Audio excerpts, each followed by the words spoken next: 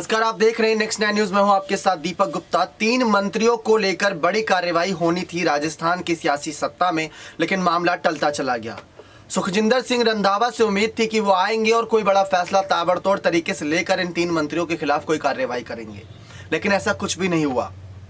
पहले तो इनको लेकर जानकारी सामने आई कि भारत जोड़ो यात्रा से इनको दूर रखा जाएगा, जहां पर सभी नेताओं को बहुत चर्चा का विषय मिला, चर्चित होने का मौका मिला यात्रा में शामिल होकर। तो इन नेताओं को तीनों नेताओं को दूर रखा जाएगा, ऐसी मल्लिकार्जुन खड़गे के द्वारा जानकारी सामने आई थी। फिर जानकारी सामने आई कि इन्हें क्लीन चिट दे दी गई। केसी वेणुगोपाल ने कहा कि ऐसा कुछ भी नहीं हुआ है, क्लीन चिट किसी को नहीं दी गई, सब पर कार्रवाई जारी है।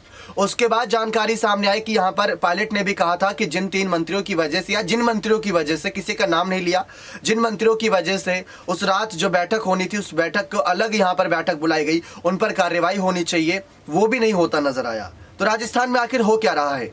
जब एक बार किसी को छूट मिल जाती है, कोई गलती करता है और उसको उस गलती का पछतावा नहीं कराया जाता, उस गलती का एहसास नहीं कराया जाता, तब तक यहाँ पर सारा मामला सोल्व होता नजर आता है।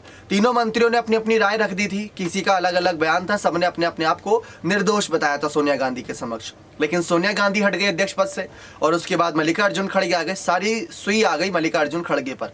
खड़गे ने तो वो सोनिया गांधी से और ज्यादा चुप्पी साध ली। कम से कम सोनिया गांधी बैठ के तो कर रही थी, लेकिन खड़गे ने तो बैठक करने से भी इनकार कर दिया, क्योंकि अब चुनावी साल है, 9 राज्यों में चुनाव होने हैं, तो 9 राज्यों में कम से कम चुनाव में 30 से 40% रिजल्ट तो चाहते हैं, ज्यादा ही चाहेंगे इससे।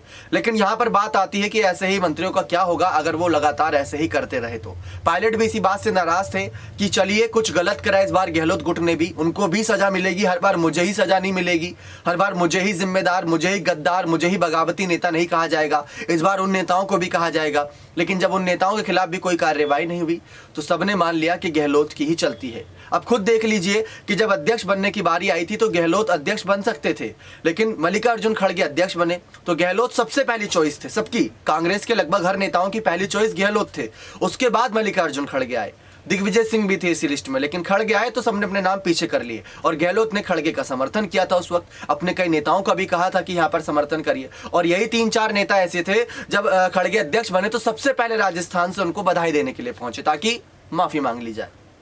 क्योंकि कोई अध्यक्ष बनना है, विधायकी छीन जा सकती है, मंत्री पद छीना जा सकता है, तो ऐसा कुछ भी नहीं हुआ। अब आपको क्या लगता है कि राजस्थान जैसे ही सियासी सत्ता किसी और राज्य में ना घटे, इसके लिए कांग्रेस पार्टी के अध्यक्ष मल्लिकार्जुन खड़गे को इन पर आखिरी फैसला क्या सुना देना चाहिए? लगभग ये कहा जा रहा है कि इनको क्लीन चिट दे दी गई है, आगे जो कुछ भी होगा वो बात की बात है, क्योंकि चुनावी साल है, कोई अपने लिए अपनी पार्टी पर अपने पैर पर ही कुल्हाड़ी नहीं मारेगा, खासकर अध्यक्ष, क्योंकि पता है ये मंत्री हैं, अगर इनके कहने से 90 विधायक अलग जाकर इस्तीफा दे सकते हैं तो कुछ भी हो सकता है। गहलोत तो बस एक बड़े नेता के तौर पर है, लेकिन असली काम तो ये मंत्री लोग करते हैं जो कहीं ना कहीं अपने साथ विधायकों की पूरी फौज लेकर चलते हैं। लेकिन अब देखते हैं राजस्थान की सियासी सत्ता का केंद्र कहां पर जाकर थमता है और ऐसे मंत्रियों के खिलाफ पायलट कैसे आवाज उठाते हैं, क्योंकि पायलट मुख्यमंत्री बनते बनते चूक गए। किसकी वजह से? मंत्रियों की वजह से। हम किसी का नाम नहीं ले रहे, लेकिन नाम इन 3 ही मंत्रियों का आया था, लेकिन अब 3 मंत्रियों को शायद क्लीन चिट दे दी गई, ऐसा मान लिया जाए, क्योंकि अभी तक कोई फैसला भी नहीं हुआ है। बने रहिए चैनल के साथ, ऐसी और तमाम जानकारियों के लिए बहुत बहुत धन्यवाद।